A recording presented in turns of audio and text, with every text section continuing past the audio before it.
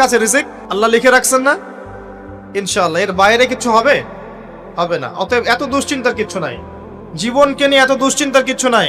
জীবনটাকে কোরআন সুন্নাহর আলোকে এনজয় করেন। কোরআন সুন্নাহকে দিয়ে জীবনকে এনজয় করা যায়।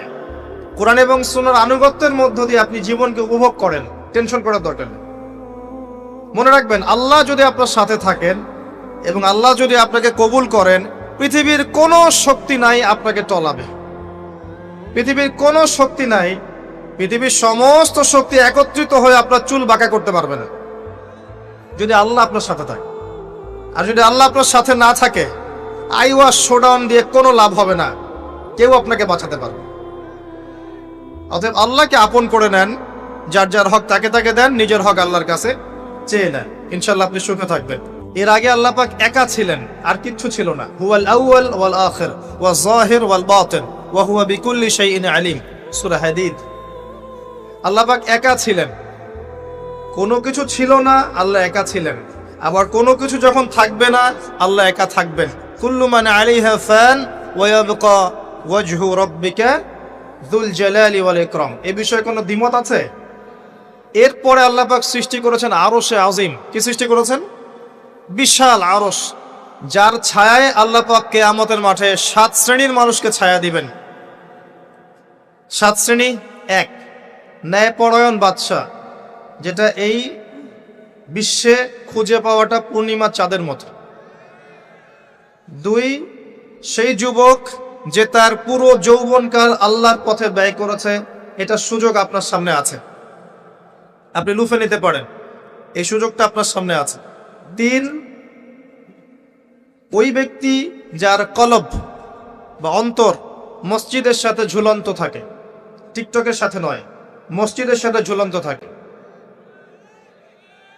এখনকার যুব সমাজের অন্তর অনলাইনে ঝুলন্ত থাকে, দেখবেন। 4, ওই যেই দুই ব্যক্তি পরস্পরকে শুধুমাত্র আল্লাহর জন্য ভালোবাসে। এখানে বয়ফ্রেন্ড গার্লফ্রেন্ড সম্পর্ক বোঝানো হয়নি। এই দুনিয়ার স্বার্থে জর্জরিত ভালোবাসার বাইরেও ডিভাইন একটা ভালোবাসা আছে, সেটা হচ্ছে আল্লাহর জন্য ভালোবাসা। আর যখন আপনি কাউকে আল্লাহর জন্য ভালোবাসবেন, তখন আপনি কষ্ট পাবেন না, ইনশাআল্লাহ। যখন আপনি ভালোবাসার মানুষের কাছে কিছু প্রত্যাশা করবেন, তখন আপনি কষ্ট পাবেন পদে পদে। আল্লাহর জন্য ভালোবাসেন মানুষকে, আপনি কষ্ট পাবেন না, ইনশাআল্লাহ। 2 ব্যক্তি যারা পরস্পরকে আল্লাহর জন্য ভালোবাসে, আরো সে ছায়া পাবে। 5, ওই যুবক যাকে কোনো সুন্দরী নারী আহ্বান করেছে জেনার জন্য, কিন্তু সেই যুবক বলেছে আমি আল্লাহকে ভয় করি, যেটা এই জেনারেশনের মধ্যে খুঁজে পাওয়া দুষ্কর। বরং তারা উল্টা প্রত্যাশায় থাকে যে কখন কোনো মেয়ে আমাকে প্রপোজ করবে। তারা ইউসুফ নয় আলাইহিস সালাম। 6, ওই ব্যক্তি যার ডান হাত কি দান করছে, বাম হাত খবর রাখে না। ডান হাত কি দান করছে, বাম হাত খবর রাখে না। আমাদের মতো নয় যে অল্প কিছু দান করেই দানবীর টাইটেল লাগিয়ে মানুষের দুয়ারে দুয়ারে যাচ্ছি সাপোর্টের জন্য, এমন নয়। 7, ওই ব্যক্তি যে নীরবে নিভৃতে আল্লাহর কথা স্মরণ করে এবং আল্লাহর কথা স্মরণ করতে করতে তার চোখ দিয়ে অশ্রু প্রবাহিত হয়। এই 7 শ্রেণীর মানুষকে আল্লাহ রাব্বুল আলামিন তার ওই আরশের ছায়ায় কিয়ামতের মাঠে ছায়া দিবেন, ইনশাআল্লাহ তাআলা। আমরা কি এই ছায়াটা পেতে চাই? অপশন আমাদের সামনে খোলা আছে।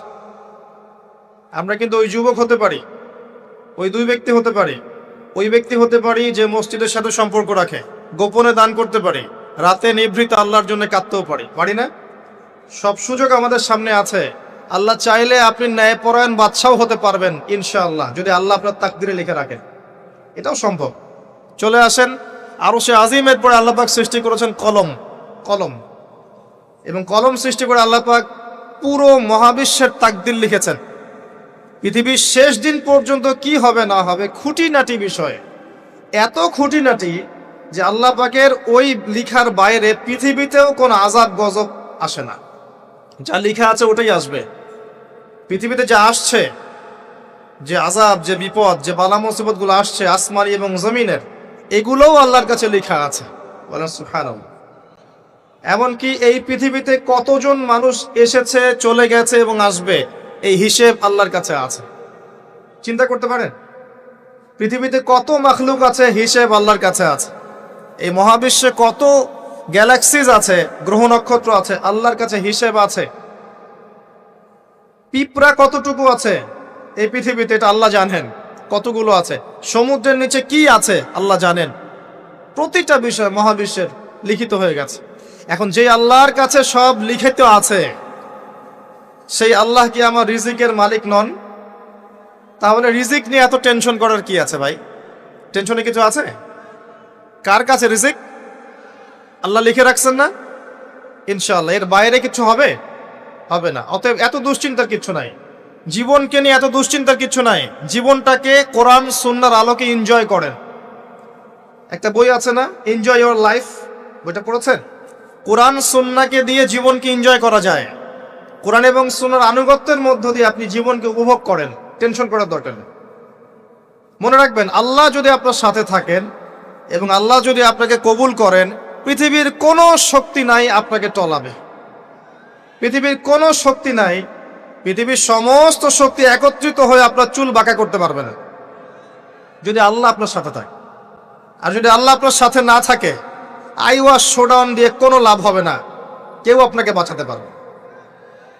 অতএব আল্লাহকে আপন করে নেন, যার যার হক তাকে তাকে দেন, নিজের হক আল্লাহর কাছে চেয়ে নেন, ইনশাল্লাহ আপনি সুখে থাকবেন। তাকদীর আল্লাহ পাক লিখে ফেলেছেন। এরপরে আল্লাহ রাব্বুল আলামিন কি লিখেছেন? এরপরে আল্লাহ রাব্বুল আলামিন মহাবিশ্ব সৃষ্টি করেছেন 6 দিনে। কয় দিনে? কোরআনে দলিল আছে, হুয়াল্লাযী খালাকাস সামাওয়াতি ওয়াল আরদা ফি সিত্তাতি আইয়াম। তিনি সেই আল্লাহ যিনি আসমান সমূহ, একটা আসমান নয়, আসমান সমূহ মানে যতগুলো আসমান আছে, আর আমরা জানি 7টা আসমান আছে। কয়টা? 7টা মহাবিশ্ব আছে। এখন পর্যন্ত সায়েন্স যত কিছু আবিষ্কার করেছে, এগুলো প্রথম মহাবিশ্বের আবিষ্কার। দ্বিতীয়টাতে ওরা যেতেই পারেনি এখন পর্যন্ত। অতদূর পর্যন্ত স্পেসশিপ যেতেই পারবে না। কথা কি বুঝতে পারছেন? এটা প্রথম আসমানের বিষয়। এরকম আরো 6টা আসমান মহাবিশ্ব আল্লাহ পাক প্রস্তুত করেছেন। তারপরে আছে সিদরাতুল মুনতাহা, তার উপর একটা মহাসাগর আছে, তারপরে কুরসি, তার উপরে আরশে আজিম।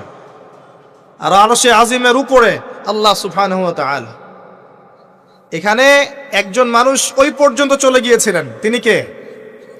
মুহাম্মদুর রাসূলুল্লাহ সাল্লাল্লাহু আলাইহি ওয়াসাল্লাম। তার মর্যাদা আর বোঝার বাকি আছে? তো সবার প্রতি অনুরোধ থাকবে, সেই ব্যক্তি, সেই নবী মুহাম্মদ সাল্লাল্লাহু আলাইহি ওয়াসাল্লামের সুন্নাহ মাফিক জীবনযাপন করেন। আল্লাহ পাক তৌফিক দান করুন। এবং এই সুন্নাহটা জীবনের একটা ক্ষেত্রে মানলে হবে না, জীবনের সমস্ত ক্ষেত্রেই মানতে চেষ্টা করতে হবে। আল্লাহ পাক তৌফিক দান করুন, আমিন। আল্লাহ রাব্বুল আলামিন এরপরে মহাবিশ্ব সৃষ্টি করে দীর্ঘদিন পর্যন্ত, অনন্তকাল বলবো না, দীর্ঘদিন পর্যন্ত মানুষ সৃষ্টি করেন নাই। জি, সূরা দাহরের প্রথম আয়াতে আল্লাহ পাক বলেছেন, হাল আতা আলাল ইনসান হিনুম মিনাদ দাহরি লাম ইয়াকুন শাইআম মাযকুরা। মানুষের উপরে এমন একটা সময় চলে গেছে যে মানুষ কোনো আলোচ্য বিষয় ছিল না। মানে মানুষ সৃষ্টি করা হবে, এখন দুনিয়া যা হচ্ছে দেখতে পাচ্ছেন, আমরা কোনো টপিকই ছিলাম না। এত সময় চলে গেছে মহাবিশ্ব। এখন মনে হয় দুনিয়াটা আমাদের, তাই না? মানুষই সব, মানুষই এই দুনিয়ার পলিটিক্যাল মালিক, ইকোনমিক মালিক, সংস্কৃতির মালিক, পরিবার, ব্যক্তি, সমাজ, সবকিছু মালিককে মালিক মনে হয় এখন মানুষকে। কিন্তু এমন একটা সময় ছিল যখন আল্লাহ বলছেন মানুষ সৃষ্টি হবে, এই বিষয়টা অনেক দূরের পথ ছিল। আল্লাহর জ্ঞানে ছিল, কিন্তু মহাবিশ্বে মানুষের অস্তিত্ব ছিল না। এই মহাবিশ্বেই মানুষের অস্তিত্ব ছিল না। আল্লাহ রাব্বুল আলামিন মহাবিশ্ব সৃষ্টি করেছেন কুন ফায়াকুন, হও হয়ে যাও। সূরা আম্বিয়ার 30 নম্বর আয়াতে আল্লাহ পাক বলেছেন, আওয়ালাম ইয়ারাল্লাযীনা কাফার, কাফেররা কি লক্ষ্য করে দেখে না, আন্নাস সামাওয়াতি ওয়াল আরদা কানাতা রাতকান ফাফাতাকনাহুমা, কাফেররা কি লক্ষ্য করে দেখে না যে আসমান সমূহ এবং জমিন একটা বিন্দুর মধ্যে একত্রিত ছিল, আমি আল্লাহ এটাকে বিস্ফোরিত করে দিয়েছি, পৃথক করে দিয়েছি। এটা সায়েন্সের একটা থিওরির সাথে মেলে না? কোন থিওরি? তারা বলছে বিগ ব্যাং থেকে সব সৃষ্টি হয়েছে। আর আল্লাহ পাক বলছেন বিগ ব্যাং আমি ঘটিয়েছি। তাহলে চিন্তা যেখানে শেষ, আল্লাহ পাকের কুদরত সেখান থেকে কি শুরু। তা আমরা সীমাবদ্ধতা বুঝতে পারছি সায়েন্সে। আমি নিজেও সায়েন্সের ছাত্র, বাট আমি এটা স্বীকার করি যে সায়েন্স সবকিছুর সমাধান দিতে পারবে না।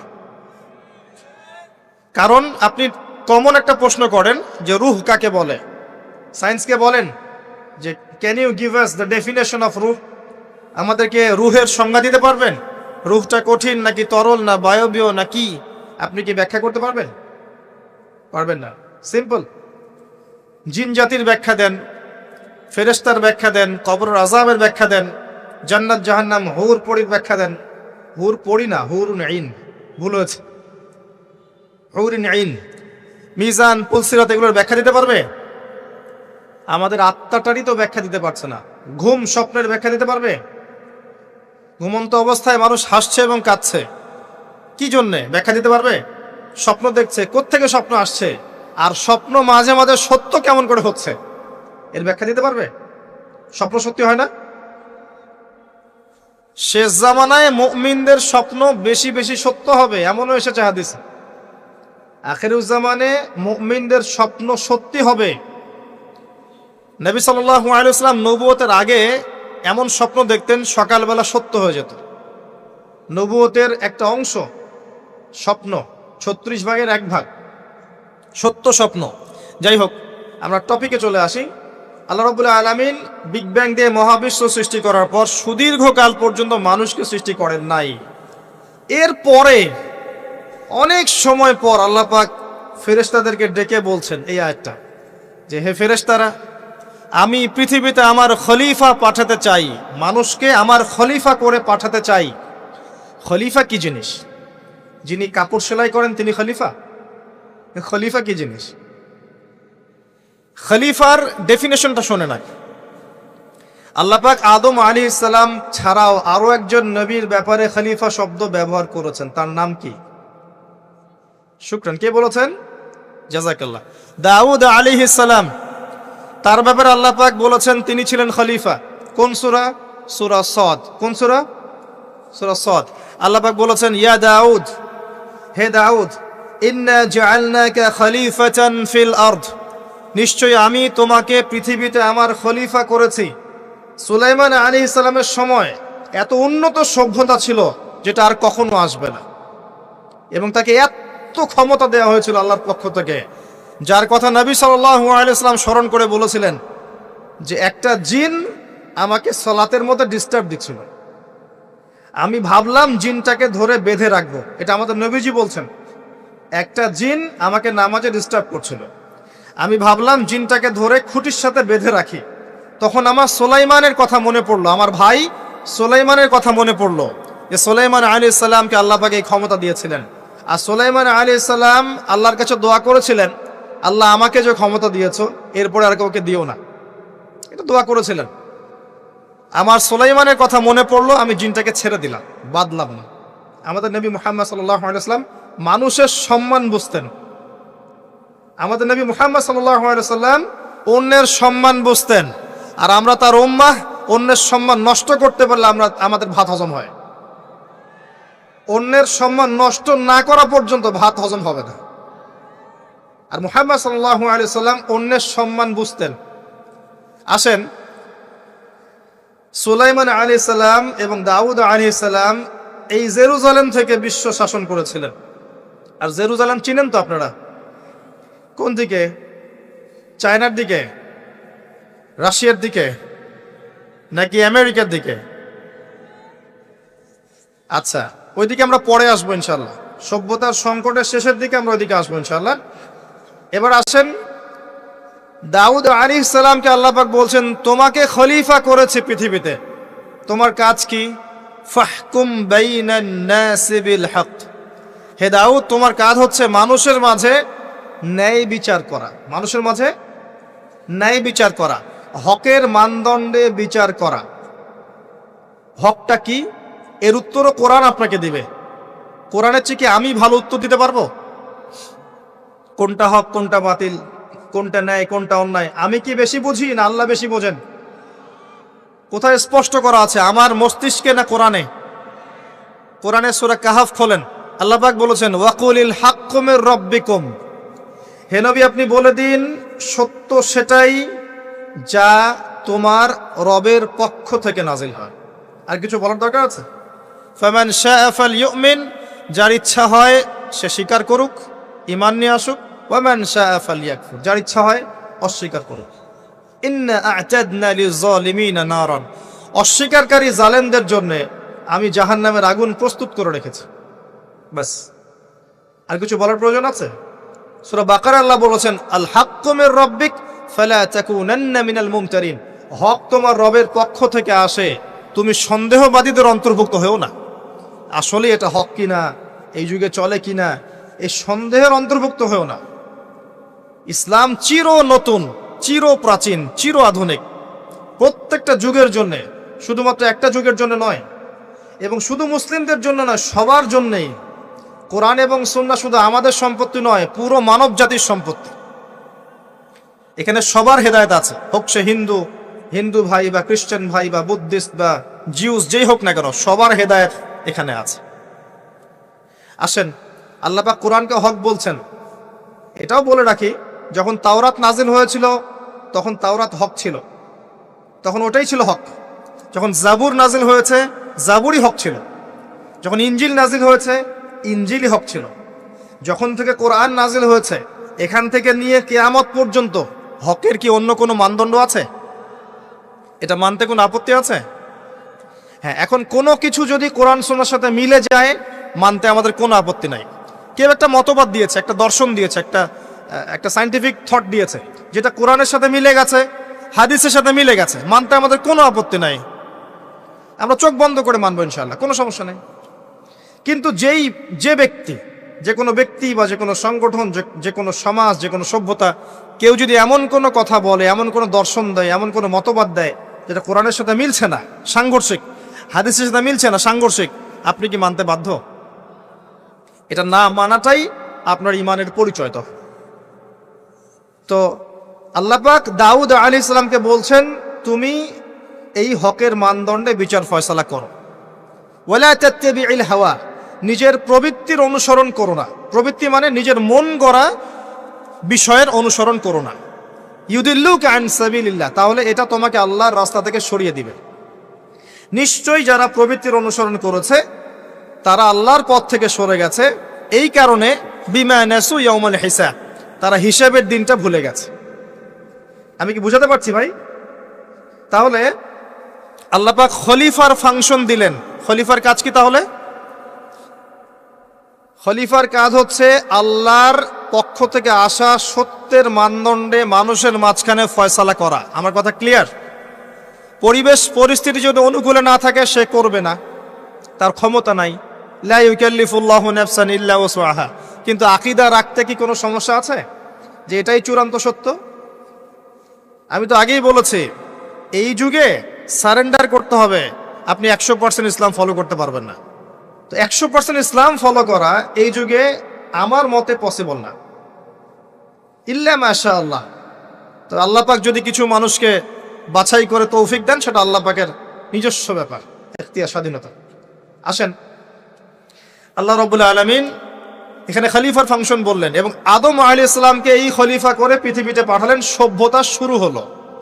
সভ্যতার শুরু রোমকদের দ্বারা হয় নাই, সভ্যতার শুরু পশ্চিমাদের দ্বারা হয়নি, সভ্যতার শুরু হয়েছে নবীদের দ্বারা।